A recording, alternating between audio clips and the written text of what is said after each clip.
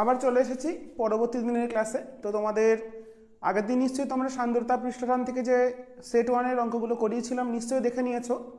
তো আজকে তোমাদের আমি সেট 2-র সমাধানগুলো যে করিয়ে দেবো, যতগুলো পারা যায়। অনেকগুলোই অঙ্ক আছে এখানে আমি দেখতে পাচ্ছি।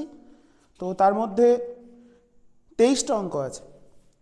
23টা অঙ্ক দেখি সবগুলো করাবো, কিন্তু কিংবা কিছু অঙ্ক হিন্টস দিয়ে দেবো, সূত্রগুলো বলে দেবো, তোমরা অঙ্কগুলো নিজেরা করে নিতে পারবে। তো চলো আজকে ক্লাস শুরু করি। তোমরা নিশ্চয়ই মন দিয়ে সকলে পড়ছো, আর তোমাদের স্কুল খুলে গেছে, স্কুলেও যাচ্ছ, প্র্যাকটিক্যাল শিখছো, প্র্যাকটিক্যালগুলো ভালো করে করবে, পরবর্তীকালে কিন্তু খুব দরকার। ঠিক আছে, চলো আজকে শুরু করি কথা না বাড়িয়ে। সেট 2 সমস্যার সমাধান। আচ্ছা, 1 নম্বরে কি দিয়েছে আমরা দেখে নেব।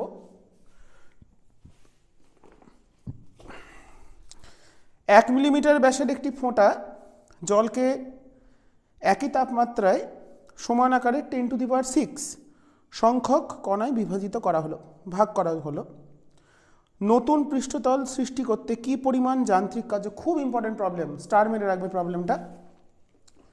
তো একটা জলকণা ভেঙে গিয়ে 10⁶ খানা ক্ষুদ্র জলকণায় পরিণত হলে এটার ব্যাসার্ধ যদি আর হয় আর এটার যদি স্মল আর হয়, একটা সূত্র লিখে দিচ্ছি, তোমরা থিওরি ক্লাস ফলো করতে পারো, পেয়ে যাবে। ক্যাপিটাল আর সমান হয় n into n⁻⁻³ into small r. n খানা হচ্ছে সংখ্যাটা, মানে এদের ব্যাসার্ধের সম্পর্ক। তাহলে এটা আমাদের n এর মানটা দিয়েছে 10⁶ (1/3) ইন্টু স্মল আর। আর বড়টার ব্যাসার্ধ কিছু নিশ্চয়ই বলে দিয়েছিল। 1 মিলিমিটার ব্যাসার্ধের একটি ফোঁটা একই তাপমাত্রায় ভেঙে গেল, তাহলে আর ক্যাপিটাল আরটা বলেছে, স্মল আরটা আমরা পেয়ে যাচ্ছি, তাহলে কত, আর বাই এটা হচ্ছে আমাদের 100। তাহলে এটা ছিল হচ্ছে 1 মিলিমিটার, 1 মিলিমিটার ব্যাস, তাহলে 0.05 মিলিমিটার, মানে মিটারে করতে হবে 10⁻³ মিটার।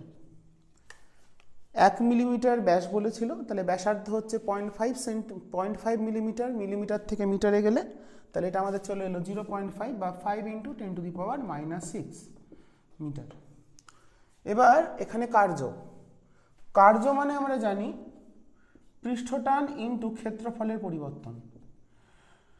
তো পৃষ্ঠটানটা কত দিয়েছে, পৃষ্ঠটান দিয়েছে 0.074, তাহলে এটা দিয়েছে কত, 0.074। ক্ষেত্রফলের পরিবর্তন, ক্ষুদ্র ফোঁটাগুলোর মোট ক্ষেত্রফল মানে 10⁶ ইন্টু 4πr² মাইনাস বড়টার ক্ষেত্রফল 4π R²। ছোট ফোঁটাগুলোর মোট পৃষ্ঠতলের ক্ষেত্রফল মাইনাস বড় একটা ফোঁটার পৃষ্ঠতলের ক্ষেত্রফল। এবং এটা কি তরল বিন্দু বলেছে, তরল বিন্দু বলেছে, ঠিক আছে। তাহলে এটা আমরা হিসেব করে নিই, কত আসছে, 10⁶ ইন্টু 4π, আর বেরিয়েছিল আমাদের এই জিনিসটা, মানে 5 × 10⁻⁻6 তার হোল স্কোয়ার মাইনাস 4π।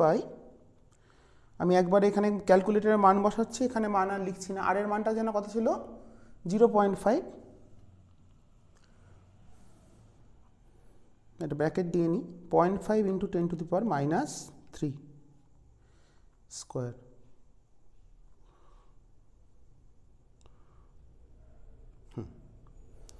এটা একটা ভ্যালু পেলাম, ইন্টু 0.074, 2.3015 ইন্টু 10⁻⁻5 জুল। এটা যেহেতু তরল বিন্দু বলেছে, তাহলে একটা পৃষ্ঠ ধরে করলাম। যদি এটা বাবলস বলতো, এয়ার বাবলস বা সাবান বায়ুর বুদবুদ বলতো, তাহলে কিন্তু দুটো তল ধরে এক একটা 2 দিয়ে গুণ করতে হতো, ঠিক আছে। তাহলে আমরা উত্তরটা পেয়ে গেছি। এটা খুব ইম্পর্টেন্ট অঙ্ক, তোমরা অবশ্যই ভালো করে দেখবে। আচ্ছা, চলে যাই পরের প্রবলেমে। 2 নম্বর বলেছে 30 বর্গ সেমি ক্ষেত্রফলের একটি প্লেট অপর একটি বড় প্লেটের থেকে 1.5 মিলিমিটার পুরু গ্লিসারিন স্তর দ্বারা পৃথক। মানে এখানে একটা প্লেট আছে,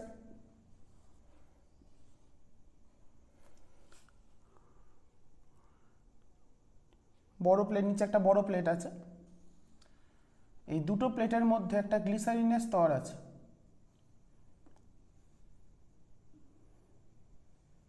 একটু বড় করেই আঁকলাম, এতখানি তো স্তর না। স্তরটা বলে দিয়েছে, এইটা বলে দিয়েছে 0.15 মিলিমিটার। পুরু পৃষ্ঠটা স্তর দ্বারা পৃথক আছে। গ্লিসারিনের সান্দ্রতাঙ্ক বলেছে, মানে এটা বলে দিয়েছে 20 পয়েস।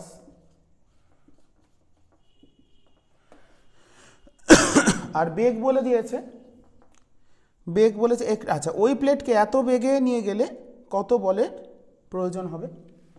2 centimetre per second. তো ফোর্স মানে কি জানি? ফোর্স মানে জানি ইটা এ ডিভি ডিএক্স বা ডিভি ডিআর। তাহলে মানগুলো আমরা বসিয়ে দিই।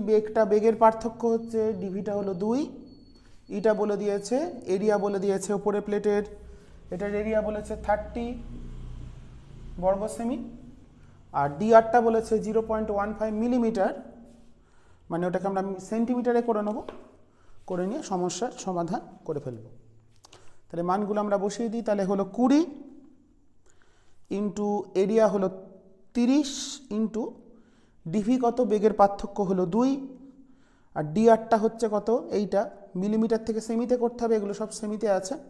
তাহলে 0.015, 80,000, 80,000, 4টে শূন্য, 80,000 ডাইন। ঠিক আছে, তাহলে কত বলের প্রয়োজন হবে? এটা হচ্ছে নিউটনের সূত্র, থিওরি ক্লাস দেখতে পারো, সান্দ্রতা বল সংক্রান্ত নিউটনের সূত্র। সেই সূত্র 8,000 আসছে কেন? আমি আরেকবার হিসেবটা দেখি। ও সরি, এটা তো 1.5, এটা 1.5 ছিল, আমি লিখতে ভুল করেছি, 1.5 মিলিমিটার। তাহলে নিচে একটা শূন্য, হ্যাঁ মানে 8,000ই হবে। এটা 0.15 ছিল না, 1.5 মিলিমিটার ছিল, ওটাকে আমি 0.15 লিখেছিলাম বলে উত্তরটা একটু, মানগুলো দেখতেই পাচ্ছ কোনটাকে, এটাকে মিলিমিটার থেকে সেমিতে করে নিয়েছি, সমান 0.15 সেন্টিমিটার। তাহলে আমরা এটা কি, এটা হলো ডিভি বেগের পার্থক্য, ডিআর হলো এটা ডিআর, এটা হলো অ্যাকচুয়ালি দুটো প্লেটের মধ্যে বেগের আপেক্ষিক বেগ বলেছে, এটা তার মানে ডিভি। এরিয়া দেওয়া আছে এটা এ, ইটা দেওয়া আছে সান্দ্রতাঙ্ক 20, মানগুলো বসিয়ে দিলাম, উত্তরটা চলে এলো। আচ্ছা, নেক্সট আমরা পরের সমস্যাটা দেখব। তোমরা সেট টুটা খুব ভালো করে প্র্যাকটিস করবে, তাহলেই দেখবে পরীক্ষায় এই টাইপের প্রবলেমই বেশি দেয়। সেট 1 থেকে সেট 2 প্রবলেমগুলো বেশি গুরুত্বপূর্ণ, সেটা তোমাদের করে নিতে হবে। আচ্ছা, 3 কি বলেছে? 3 বলে দিয়েছে 2 সেন্টিমিটার ব্যাসার্ধের একটি ইস্পাতের গোলক গ্লিসারিনের ভেতর দিয়ে পড়ছে, প্রান্তীয় বেগ কত? প্রান্তীয় বেগের সূত্র কি? ভিটি সমান 2/9 r square by eta d1 minus d2 into g. গ্লিসারিনের ঘনত্ব আর d2 গ্লিসারিনের মধ্যে দিয়ে পড়ছে, d1 হচ্ছে লোহার ঘনত্ব, আর বাদ বাকি যে ভ্যালুগুলো সেগুলো আমরা বসিয়ে দেবো। আচ্ছা, তাহলে 2/9 সিজিএসে বসাচ্ছি, 2 মিলিমিটার ব্যাসার্ধ, তাহলে এটা হচ্ছে 0.2 করলাম মিলিমিটার থেকে সেমিতে। সান্দ্রতাঙ্ক কত বলে দিয়েছে? 8.3। ঘনত্ব কত বলে দিয়েছে? 8 মাইনাস 1.3 ইন্টু 980, এটা হচ্ছে সেমি পার সেকেন্ডে উত্তরটা বেরোবে। তাহলে আমাদের এটা চলে এলো 2 into 0.2 square by 9 into 8.3 into 8 minus 1.3 into 980। এটা বেরোলো 7.03 মতন একটা ভ্যালু। হ্যাঁ ঠিক আছে, 7.03 সেন্টিমিটার পার সেকেন্ড। সূত্র তো মনে রাখতেই হবে, তোমরা থিওরি ক্লাসটা ফলো করো, পেয়ে যাবে, ডিটেলসে বলে দেওয়া আছে। থিওরি ক্লাসটা প্লে লিস্টে সারফেস টেনশন লিখে সার্চ করবে, পেয়ে যাবে। সারফেস টেনশন বা পৃষ্ঠটান সার্চ করলেই পেয়ে যাবে। ওকে, তো চলো নেক্সট কি প্রবলেম আমরা দেখি।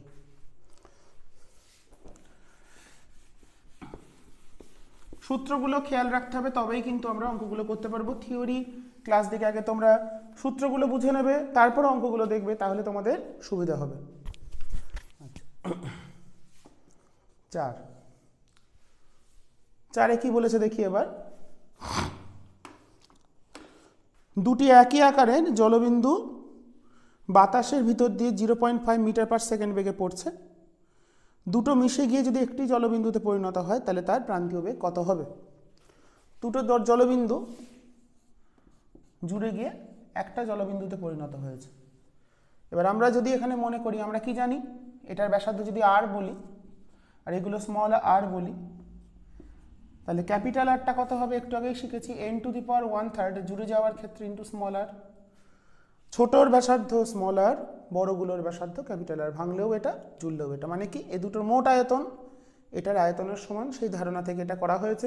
কনসেপ্ট ভিডিও ক্লাসে বলা আছে, দেখে নিতে পারো। তাহলে 2, তাহলে 2⁻⁰ টু স্মল আর। এবার এইগুলোর প্রান্তীয় বেগ যদি ভি হয়, এটা যদি ক্যাপিটাল ভি হয়, এবার দেখো এখানে আমরা পাচ্ছি v proportional to r square. প্রান্তীয় বেগ হচ্ছে ব্যাসার্ধের বর্গের সাথে সমানুপাতিক, তাহলে v large by v small সমান কত হবে, capital r by small r whole square. তাহলে বড়টার বেগ হবে v small into r by আরটা কত এসছে, 2⁻⁰ স্কোয়ার মানে 2/3। ছোটোগুলোর বেগ বলে দিয়েছে কত, 0.05, তাহলে 0.05 ইন্টু 2⁻²3, 0.079, 0.05 ছিল তো ওটা, কোথায় গেল 4-এরটা, হ্যাঁ ঠিক আছে। এটা আসছে আমাদের ভিএসটা স্মলটা বলে দিয়েছে 0.05, আমরা ভি লার্জটা বার করলাম, এখানে বসিয়ে মানটা 0.07937 আছে, 4 করে দিলাম সেমি পার সেকেন্ড, এটাও সেমি পার সেকেন্ডে ছিল। তাহলে এটা আমাদের উত্তর বেরিয়ে গেল। তাহলে কি শিখলাম, প্রান্তীয় বেগের মান ব্যাসার্ধের বর্গের সমানুপাতিক, আর দুটো জুড়েছে বলে আমাদের জুড়ে যাওয়া বা ভেঙে যাওয়ার ক্ষেত্রে বড়টার ব্যাসার্ধের সাথে ছোটোর ব্যাসার্ধের সম্পর্ক কি, বড়টার ব্যাসার্ধ সমান n⁻⁰ ইন্টু ছোটোটার ব্যাসার্ধ। তাহলে সেই ধারণা থেকে আমরা অঙ্কটা সমাধান করে ফেললাম।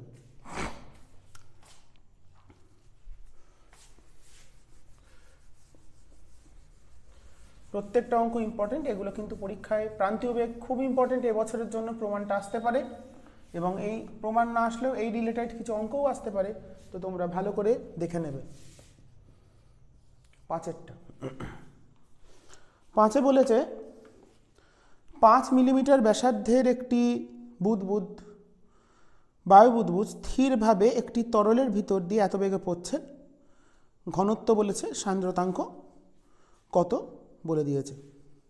তাহলে স্থির বেগ মানে প্রান্তীয় বেগ, তাহলে 2/9 r²/η d1 - d2 × g। এখানে d2টা হচ্ছে বায়ুর, এটা হলো তরল, ঘনত্ব, তরলের ঘনত্ব d1, আর বায়ুর ঘনত্ব দেখো উপেক্ষণীয়, মানে d2টা 0 বসাতে হবে। তাহলে আমাদের এখানে বার করতে বলেছে কি, আমাদের সান্দ্রতাঙ্কটা বার করতে বলেছে তো, হ্যাঁ। তাহলে মানগুলো বসিয়ে দিলেই আশা করি পেরে যাব। ভিটি দেওয়া আছে, আমি বলে দিচ্ছি তোমরা বসিয়ে নেবে। ভিটি দেওয়া আছে হচ্ছে 5 × 10⁻³ ব্যাসার্ধ দেওয়া আছে 5 মিলিমিটার, তাহলে ওটাকে 5 × 10⁻³ করে নেবে হোল স্কোয়ার। সান্দ্রতাঙ্ক বার করতে হবে, এটা বার করব। ঘনত্ব দেওয়া আছে কত, 2000, এখানে বসিয়ে দিলে আমরা সান্দ্রতাঙ্কটা পেয়ে যাব। তাহলে আমাদের এখানে ইটা সমান আসছে 2r² d1g/vt, মানটা বসিয়ে দেবে, চলে আসবে। ভিটি বসাবে 5 × 10⁻³ আমি মানগুলো পাশে লিখে দিচ্ছি, ক্যালকুলেশনে আর যাচ্ছি না। এটা হচ্ছে 5 × 10⁻³ মিটার, এটা মিটার পার সেকেন্ড। জি বসাবে 9.8, D1 বসাবে, ঘনত্ব কত বলে দিয়েছে 2000,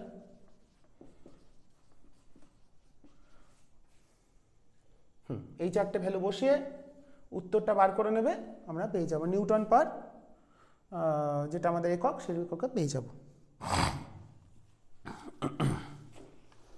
আচ্ছা, এরপর চলে আসি নেক্সট প্রবলেম। আমি আর ক্যালকুলেশন করে সময় নষ্ট করছি না, তাহলে একটু তাড়াতাড়ি হবে। তো তোমরা অঙ্কগুলো ভালো করে করবে। 6টা 6 কি বলেছে, 0.2 মিলিমিটার ব্যাসার্ধের একটি কৈশিক নল কতখানি অবনমিত হবে, স্পর্শকোণ দেওয়া আছে। আচ্ছা, অবনমনের সূত্র কি, H = জুরিনের সূত্র 2t cos θ by r rho g। থিটাটা যদি স্থূলকোণ হয় তাহলে অবনমন, আর থিটা যদি সূক্ষ্মকোণ হয় তাহলে উন্নয়ন। রৈখিক কৈশিক উন্নয়ন আর কৈশিক অবনমন আমরা জানি, একটা হচ্ছে জলের ক্ষেত্রে উপরে উঠে যায় কৈশিক নল দিয়ে, কৈশিক উন্নয়ন বলা হয়, আর পারদের ক্ষেত্রে নেমে যায়। তো এখানে সেই ভ্যালুগুলো দেওয়া আছে। এইচ এর মানটা বেরোবে মাইনাসে বেরোবে, মাইনাস মানে নেমে যাওয়া, যদি পজিটিভে বেরোয় তাহলে পাইপ বরাবর কৈশিক নল বরাবর উন্নয়ন। তাহলে এখানে মানগুলো আমরা যদি বসাই, 2 × t, টি কত দেওয়া আছে আমরা দেখে নেব। টি দেওয়া আছে 0.547, cos 135, মানে স্থূলকোণ, মানে কসের স্থূলকোণে নেগেটিভ আসে। আর এর মান দিয়েছে কত, 0.2 মিলিমিটার ব্যাসার্ধের, তাহলে 0.2 10⁻³ মিটারে করলাম। আচ্ছা, ঘনত্ব বলেছে 13.5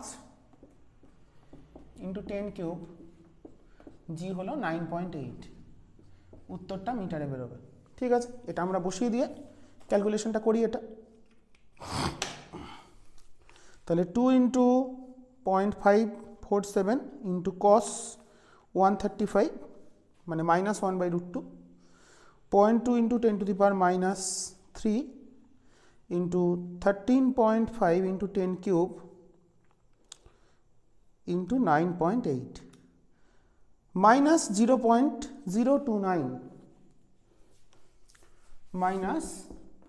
-0.02923 আছে, তাহলে এত মিটার ইন্টু যদি 100 করি তাহলে সেমিতে বেরোবে -2.92 আছে, এখানে একটা 2 সেন্টিমিটার। মাইনাস এসছে মানে অবনমন, আর যদি প্লাসে আসতো তাহলে বলতাম উন্নয়ন, মানে পাইপ বরাবর উপরে উঠে যাবে। ওকে, সাথে সূত্রগুলো একটু খেয়াল করতে হবে। দুটো সূত্রই কিন্তু প্রমাণ এবছরের জন্য খুব ইম্পর্টেন্ট, প্রমাণগুলো তোমরা ভিডিও ক্লাস দেখতে পারো। প্রথমটা হচ্ছে সান্দ্রতায় আছে, দ্বিতীয়টা পৃষ্ঠটানে আছে, দুটো ইম্পর্টেন্ট। এ দুটো কিন্তু পরীক্ষায় খুব আসে, ভালো করে দেখতে হবে।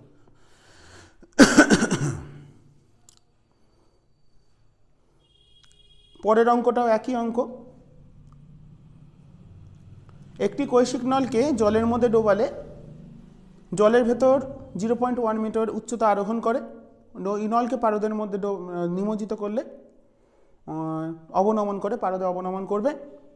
পারদের ঘনত্ব দেওয়া আছে, স্পর্শকোণ দুটোর ক্ষেত্রে দেওয়া আছে, জল আর পারদের।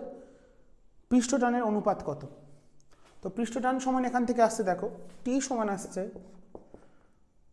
আসছে হচ্ছে HR rho g by 2 cos θ।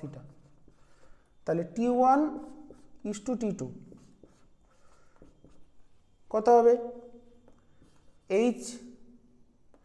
আচ্ছা দেখো, এখানে চেঞ্জ হবে না কোনটা, দুটোই কৈশিক নল একই, তাহলে দুটোর ব্যাসার্ধ অনুপাত করলে 8টা জিটা কেটে যাবে, তাহলে H1 বাই H2। আর জি নিয়ে চিন্তা নেই, দুটোর ক্ষেত্রে ভাগ করলে অনুপাত করলে আর জি দুটো কেটে যাবে, তাহলে হচ্ছে ρ1 বাই ρ2।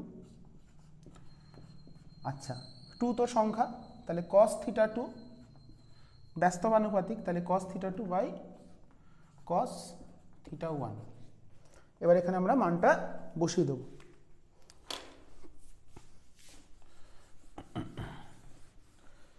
কেন এখানে আর জিগুলো বাদ দিয়েছে আশা করি বুঝতে পেরেছে। একই কৈশিক নলকে একবার জলে ডোবাচ্ছি, তাহলে দুটোর ক্ষেত্রে ব্যাসার্ধের পরিবর্তন হচ্ছে না, আর জি তো কনস্ট্যান্ট দুটোর ক্ষেত্রে। আচ্ছা, এটা হচ্ছে জল, এটা হচ্ছে পারদ। জলের ক্ষেত্রে এইচটা কত বলেছিল? জলের ক্ষেত্রে এইচটা বলেছিল 0.1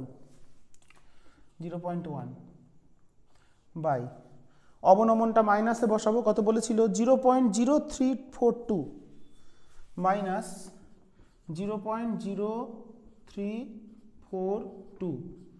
আচ্ছা, ρ1 বাই ρ2, জলের ঘনত্ব 1, পারদের ঘনত্ব 13.6। আচ্ছা, cos θ2, থিটার পারদের ক্ষেত্রে কত বলেছে? 135, তাহলে cos 135 বাই cos 0। এটা আমরা ক্যালকুলেট করব, তাহলে আমাদের উত্তর যেটা সেটাই আসবে, মানে যেটা উত্তর আসা সেটা আসবে, বইয়ের সাথে মিলবে কিনা আমি ঠিক জানি না। আচ্ছা, by minus 0.0342 to 13.6 into cos 0 মানে 1, এটা আসছে আমাদের 0.152। এটা হিসেব করে আসছে, এটাকে বাইতে আসছে কিছু না, 0.152। আচ্ছা, উত্তরটা কত দিয়েছে? উত্তর দিয়েছে 38/25, করে দেখি 38/25। না, এটাই উত্তর হবে। এখানে কিছু উত্তরে প্রশ্নে কিছু ভুল আছে কিংবা উত্তরে কিছু ভুল আছে, এটা যদি দশমিকটা এদিকে ছোট্ট বা কিছু, এটাই উত্তর হবে, মানে উত্তর এত ইস্টু 1 হবে। 38/25 আসবে না যদি আমরা মানগুলো ঠিক লিখে থাকি। 0.1, 0.042, 13.6, হ্যাঁ এটাই উত্তর হবে, তো আমি সেটাই করে দিলাম। এটা 38/25 আসছে না, এটা আসছে হচ্ছে 3.8/25। আমাদের 3.8/25 করলে উত্তরটা আসছে এটা, এটাকে লিখে দিলাম 3.8/25। উত্তর এটাই হবে, 38/25 আসতে পারে না। ঠিক আছে, মানে আমাদের সূত্র অনুসারে। ওকে, তো চলো আমরা নেক্সট কি প্রবলেম দেখে নেবো, এগুলো ডিগ্রি। ঠিক আছে, তাহলে 7 অবধি আমাদের কমপ্লিট হয়ে গেল এবং উত্তর যেটা আসার সেটা আমি করে দিয়েছি, তো তোমরা দেখে নেবে। এরপর আমরা 8 নম্বর প্রবলেমটা দেখব, খুব ইম্পর্ট্যান্ট। একটি ইউনলের যথাক্রমে 1 মিলিমিটার এবং 2 মিলিমিটার ছিদ্রযুক্ত দুটি কৈশিক নল দ্বারা গঠিত। আচ্ছা, নলটিকে উল্লম্বভাবে রেখে কিছু অংশ এত পৃষ্ঠটানযুক্ত এবং শূন্য স্পর্শকোণযুক্ত তরল দ্বারা পূর্ণ করা হলো। যদি তরলের দুদিকের লেভেলের উচ্চতার পার্থক্য এত হয় তাহলে ঘনত্ব কত? তো দেখো, আমরা উচ্চতার সূত্র জানি 2t cos θ by r rho g. তো এটা কি বলেছি, ইউনলটা কেমন? একদিকটা সরু, একদিকটা একটু মোটা। তো যেহেতু দুটোর ব্যাসার্ধ আলাদা, ব্যাসার্ধ আলাদা হলে উচ্চতা আলাদা হবেই। যেটা সরু সেটার ক্ষেত্রে তরলের উচ্চতা বেশি হবে, আর যেটা মোটা সেটার ক্ষেত্রে তরলের এতটা মোটা নয়, অ্যাকচুয়ালি আমি একটু বেশি মোটা করে আঁকলাম, নাহলে তোমরা দেখতে পাবে না বা আমিও আঁকতে পারবো না। তো এই দুটোর উচ্চতার পার্থক্য কেন হচ্ছে? কারণ দুটোর ব্যাসার্ধ আলাদা। ওকে, তো ব্যাসার্ধ আলাদা হওয়ার জন্য উচ্চতার পার্থক্য, তাহলে সেখান থেকে আমাদের বার করে নিতে কি বলেছে? ঘনত্ব নাকি? তাহলে এখান থেকে আমরা প্রথমটার ক্ষেত্রে এটা ব্যাসার্ধ দিলাম R1, এটা R2, তাহলে আমরা হাইট ডিফারেন্সটা যেটা পাচ্ছি তাহলে সেটা H1 মাইনাস H2 পাচ্ছি।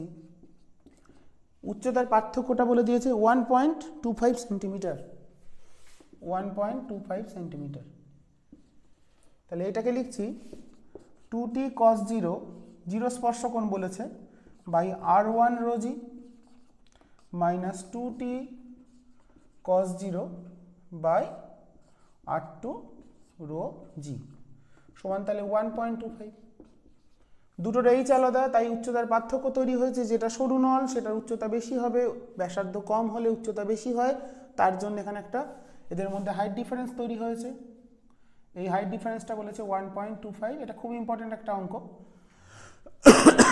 সেন্টিমিটার। তাহলে এখান থেকে রোটা বার করতে বলেছে, তাহলে 2t by rho G 1/r1 minus 1/r2 সমান আসছে 1.25। তাহলে এখান থেকে আমরা রোটা বার করি, অর্থাৎ রো চলে এলো 2t by 1.25 into 1/r1 minus 1/r2। একটা জি আছে, জিটা বসাতে হবে, বাই হচ্ছে এখানে একটা জি আছে। আচ্ছা, তাহলে মানগুলো এবার বসাই। টেনশন কত বলে দিয়েছে? টেনশন বলে দিয়েছে হচ্ছে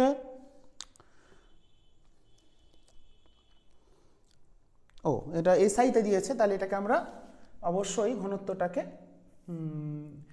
10 টু দি পাওয়ার হাইটটাকে মিটারে করে নেবো, মানে বাই 100 করে নিলাম। মিটারে করছি কারণ এখানে সারফেস টেনশনটা এসআইতে দিয়েছে।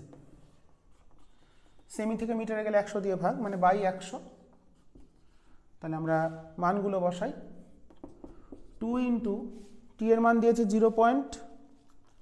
কত দেখতে পাচ্ছি 0.9, 0.049, 100টা উপরে লিখে দিলাম, into 100 by 1.25 into 9.8 into 1 by প্রথমটার ব্যাসার্ধ ছিল কত 1 মিলিমিটার, 2 মিলিমিটার ছিদ্র বিশিষ্ট। আমরা এখানে 1 মিলিমিটার ছিদ্র মানে ব্যাসার্ধটা তো অর্ধেক হবে। 1 মিলিমিটার ছিদ্র মানে ব্যাসার্ধটা 1 মিলিমিটার ছিদ্র, ব্যাস বা ব্যাসার্ধ কিছু বলে দেওয়া নেই, মানে ওটাকে আমরা ব্যাস ধরে নিয়ে করছি। তাহলে এটা হলো half into 10 to the power -3 minus by, যদি উত্তর না মেলে ওটাকে আমরা ব্যাসার্ধ, আমি কারেকশন করে দিচ্ছি অঙ্কটা, একটু ব্যাসার্ধ বা ব্যাস বলে দিতে হবে, মনে হচ্ছে এটা ব্যাসার্ধ ধরেই করতে হবে। তাহলে এটা আমাদের আসছে 2 into 0.049 into 100 divided by 1.25 into 9.8, 10 to the power -3টা কমন গেছে,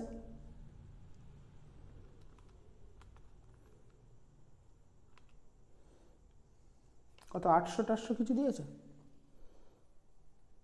ঠিক আছে, ওটা ছিদ্রযুক্ত, মানে এটা বলতে হবে এগুলো ব্যাস, মানে ছিদ্রের প্রস্থটা দিয়ে দিয়েছে, মানে কতটা চওড়া দিয়েছে। প্রথমটা 1 মিলিমিটার চওড়া, দ্বিতীয়টা 2 মিলিমিটার, তাই আমি এগুলোকে হাফ করে বসিয়েছি। এটা আসছে 800 কেজি পার মিটার কিউব, মানে ওরা দেখো উত্তর লিখেছে 0.8 ইন্টু 1000 মানে 800। ঠিক আছে, অঙ্কটা আমাদের হয়ে গেল, খুব ভালো অঙ্কটা, এটা ভালো করে তোমরা করবে, ইম্পর্টেন্ট অঙ্ক। এরপর আমরা দেখে নেব 9 নম্বর অঙ্কটা। দুটি ছোট পারদবিন্দু মিলিত হয়ে একটি বড় পারদবিন্দুতে পরিণত হয়েছে। পরিবর্তনের আগে এবং পরে পৃষ্ঠ শক্তির অনুপাত কত? তো আমরা সংযুক্ত হওয়ার ক্ষেত্রে পৃষ্ঠ শক্তি মানে অ্যাকচুয়ালি কার্য, তো দুটো যুক্ত হয়েছে মানে আর বড়টা, এটা হচ্ছে বড়, আর ছোটগুলো যদি দুখানা তাহলে 2 two the power 1/3 into smaller, এটা আমরা জানি। তাহলে এদের পৃষ্ঠ শক্তির অনুপাত কত হবে? তাহলে এনার্জি বা শক্তি সমান টেনশন ইন্টু এরিয়া। তাহলে ই ইনিশিয়াল ছোটগুলোর কত ছিল, দুটো আছে, তাহলে 2 ইন্টু টি, ওটার এরিয়া 4πr², আর বড়টার ক্ষেত্রে কত হবে টি ইন্টু 4πR²। তাহলে ই ফাইনাল বাই ইনিশিয়াল। আমাদের প্রশ্নটা কি দিয়েছে এখানে, আগে আর পরে, তাহলে ইনিশিয়াল ইস টু ফাইনাল, প্রাথমিক ইস টু অন্তিম। তাহলে ভাগ করে দিলে আমাদের এটা চলে আসছে 2r²/r²। তাহলে 2 ইন্টু r/rটা কত আসছে, r/r আসছে 1/2 টু দি পাওয়ার 1/3, তাহলে এটা আসছে 1/2 টু দি পাওয়ার 2/3, স্কোয়ার আছে যেহেতু, তাহলে আমাদের এটা চলে এলো 2 two the power 1/3 is to 1। অতএব আগে পৃষ্ঠ শক্তি ইস টু পরে পৃষ্ঠ শক্তি সমান 2 টু দি পাওয়ার 1/3 ঠিক আছে। Energy equals to tension into area, মানে কার্যের সূত্র প্রয়োগ করলাম। প্রথমে দুটো ছিল বলে 2 দিয়ে গুণ হয়েছে, পরে একটা, তাহলে তার ক্ষেত্রে 4 পাই ক্যাপিটাল আর স্কোয়ার ক্ষেত্রফল, ছোটোগুলোর ক্ষেত্রে 4 পাই স্মল আর স্কোয়ার ক্ষেত্রফল। তাহলে আমরা অঙ্কটা করে ফেলেছি। 10, একটি সাবানের ফ্রেমের আকৃতি বলে দিয়েছে, এটিকে বৃদ্ধি করে এত করতে গেলে কৃতকার্য কত, সেই একই সূত্র। কৃতকার্য সমান টেনশন ইন্টু এরিয়ার পরিবর্তন। তাহলে টেনশন কত বলে দিয়েছে, টেনশন বলে দিয়েছে, ও 10-এরটা কার্যটাই বলে দিই, কার্য কত বলে দিয়েছে, আচ্ছা টিটা বার করতে হবে, এটা দিয়েছে 3 × 10⁻⁻4, টিটা বার করতে হবে। ক্ষেত্রফলের পরিবর্তন, দেখো সাবানের যে স্বর সেটা কিন্তু দুটো তল, সামনে একটা আছে, ধরে এটা যদি বলি একটা যদি পৃষ্ঠা হয়, এই পৃষ্ঠার সামনে যেমন একটা তল আছে পেছনের তল আছে, তাহলে কিন্তু ক্ষেত্রফলের পরিবর্তনকে 2 দিয়ে গুণ করতে হবে। তাহলে 2 বসিয়ে নিলাম, 2টা পরে লিখছি। আচ্ছা প্রথমটা ছিল কত, 10/6 থেকে 10/11, তাহলে 10 × 11 - 10 × 6, এটাকে কিন্তু আমাকে ক্ষেত্রফলটাকে মিটার স্কোয়ারে নিয়ে যেতে হবে, এটা দিয়েছে জুলে, তাহলে এটা মিটার স্কোয়ারে হবে, তাহলে এটাকে আমরা 100 স্কোয়ার দিয়ে ভাগ করে নিলাম। মানে এটা ক্ষেত্রফলের পরিবর্তনটা উপরটা কিসে বেরোচ্ছে, বর্গ সেমিতে, তাকে বর্গ মিটারে নিয়ে যেতে গেলে 100 স্কোয়ার দিয়ে ভাগ করলাম, আর দুটো তল আছে বলে 2 দিয়ে, মোট ক্ষেত্রফলের পরিবর্তন 2 দিয়ে ভাগ করলাম। তাহলে আমরা এবার হিসেবটা দেখে নেব কত আসছে। তাহলে 3 × 10⁻⁻4 into 100 square divided by 2 divided by 110 - 60, 0.03 এরকম একটা কোনো অ্যান্সার আসছে। হ্যাঁ ঠিক আছে, তাহলে টি চলে আসছে এখান থেকে 0.03 নিউটন মিটার ইনভার্স। বোঝা গেল তাহলে ক্ষেত্রফলের পরিবর্তন, মানে এটা একটা ধরো ছিল, সেটা থেকে এটার পরিবর্তন হচ্ছে এইতে, এটা ছিল হচ্ছে 10 আর 6, এটা হচ্ছে 10 আর 11, কিন্তু এর দুটো তল আছে, তাই ক্ষেত্রফল, তার প্রথম ক্ষেত্রফল ছিল 60 বর্গ সেমি, পরে হয়েছে 110 বর্গ সেমি, তাহলে ক্ষেত্রফলের পরিবর্তন 50 বর্গ সেমি। বর্গ সেমি থেকে বর্গ মিটারে করার জন্য 100 দিয়ে ভাগ করেছি, আর দুটো তল আছে বলে তাকে 2 দিয়ে ভাগ করেছি মোট ক্ষেত্রফলের পরিবর্তন বার করার জন্য। আর কার্য দেওয়া আছে, সেখান থেকে বার করে টি এর মানটা আমরা পৃষ্ঠটানের মানটা পেয়ে গেলাম। ওকে, দেখে নেওয়া ঠিক করে কিভাবে করলাম, এরপর আমরা পরের প্রবলেমে চলে যাব। এরপর আমরা 11 নম্বর অঙ্কটা দেখছি। 216টি তরলবিন্দু জলবিন্দু একত্রিত একটি বড় জলবিন্দুতে পতিত হয়েছে, ছোটগুলোর ব্যাসার্ধ 4, তাহলে বড়টার ব্যাসার্ধটা বার করে ফেলি। বড়টা আরটা কত হবে, 216 whole to the power 1/3 into small r, এটা বড় জলবিন্দুর ব্যাসার্ধ। আচ্ছা, এই প্রক্রিয়ায় মুক্ত শক্তির দরুন জলের উষ্ণতা বৃদ্ধি পাচ্ছে, তাহলে উষ্ণতা কতটা বৃদ্ধি পাবে, এবার উষ্ণতা বৃদ্ধির ক্ষেত্রে H = mst, W = JH, তাহলে আগে ডাব্লুটা বার করি। তাহলে ডাব্লু সমান হবে, পৃষ্ঠটানকে ওরা কী দিয়ে লিখেছে, টি দিয়ে না এস দিয়ে, সারফেস টেনশনকে টি দিয়ে লিখেছে, ঠিক আছে। তাহলে টি ইন্টু ক্ষেত্রফলের পরিবর্তন, তাহলে 216 ইন্টু তরল বিন্দু ছিল তো এটা, একটা তল, তাহলে 4 পাই r স্কোয়ার মাইনাস 4 পাই ক্যাপিটাল R স্কোয়ার, তাহলে এটা কত আসছে 6r, তাহলে টি ইন্টু 4 পাই, আচ্ছা এটা বসিয়ে নিই আগে, 216 ইন্টু 4 পাই r স্কোয়ার মাইনাস 4 পাই, আর এর মানটা বেরিয়েছে 6r, তাহলে হবে 36r স্কোয়ার। তাহলে এখান থেকে আমাদের চলে আসে টি ইন্টু 4 পাই r স্কোয়ার কমন গেল, 216 থেকে আমার এটা বিয়োগ করলে আসছে আমাদের কত 180, এটা আমাদের বেরোলো তাহলে 720 টি পাই r স্কোয়ার। তাহলে এটা বেরোলো কার্য। এবার কার্য সমান কত, তাপগতিবিদ্যার সূত্র থেকে পেয়েছি W = JH, আবার এইচ ইকুয়ালস টু উষ্ণতা বৃদ্ধির ক্ষেত্রে এমএসটি। তাহলে উষ্ণতা বৃদ্ধি বার করতে হবে, তাহলে ডেল্টা টিটা বেরোচ্ছে ডাব্লু by j m s delta t. Okay, আচ্ছা ডাব্লুর মানটা কত পেয়েছি বসিয়ে দিই, 720 টি পাই আর স্কোয়ার। আচ্ছা জে থাকলো, এম ঘনত্ব দিয়েছে কিছু, এক ধরেছে না ঘনত্ব আছে, রো আছে। দেখো বুঝবে, একটার ব্যাসার্ধ আর, ভর মানে হচ্ছে আয়তন ইন্টু ঘনত্ব, তার মানে ছোট গোলকগুলোর তাহলে মোট ভর কত হবে, 216 ইন্টু 4/3 পাই আর কিউব ইন্টু রো, সরি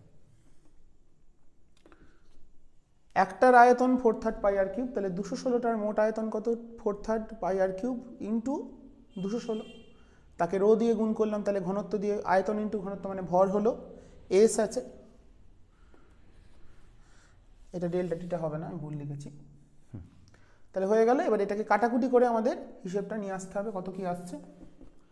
আচ্ছা এটা চলে আসছে আমাদের 4 দিয়ে 4 18 72 18 540 ওপরে আসছে, 540 টি, পাইটা কেটে গেছে, পাই টি কেটেছে না, টিটা থাকছে, সরি টি থাকলো, পাই কেটে গেল, আর কেটে গেল, আর স্কোয়ার, তাহলে নিচ থাকে 540 টি বাই 216 জে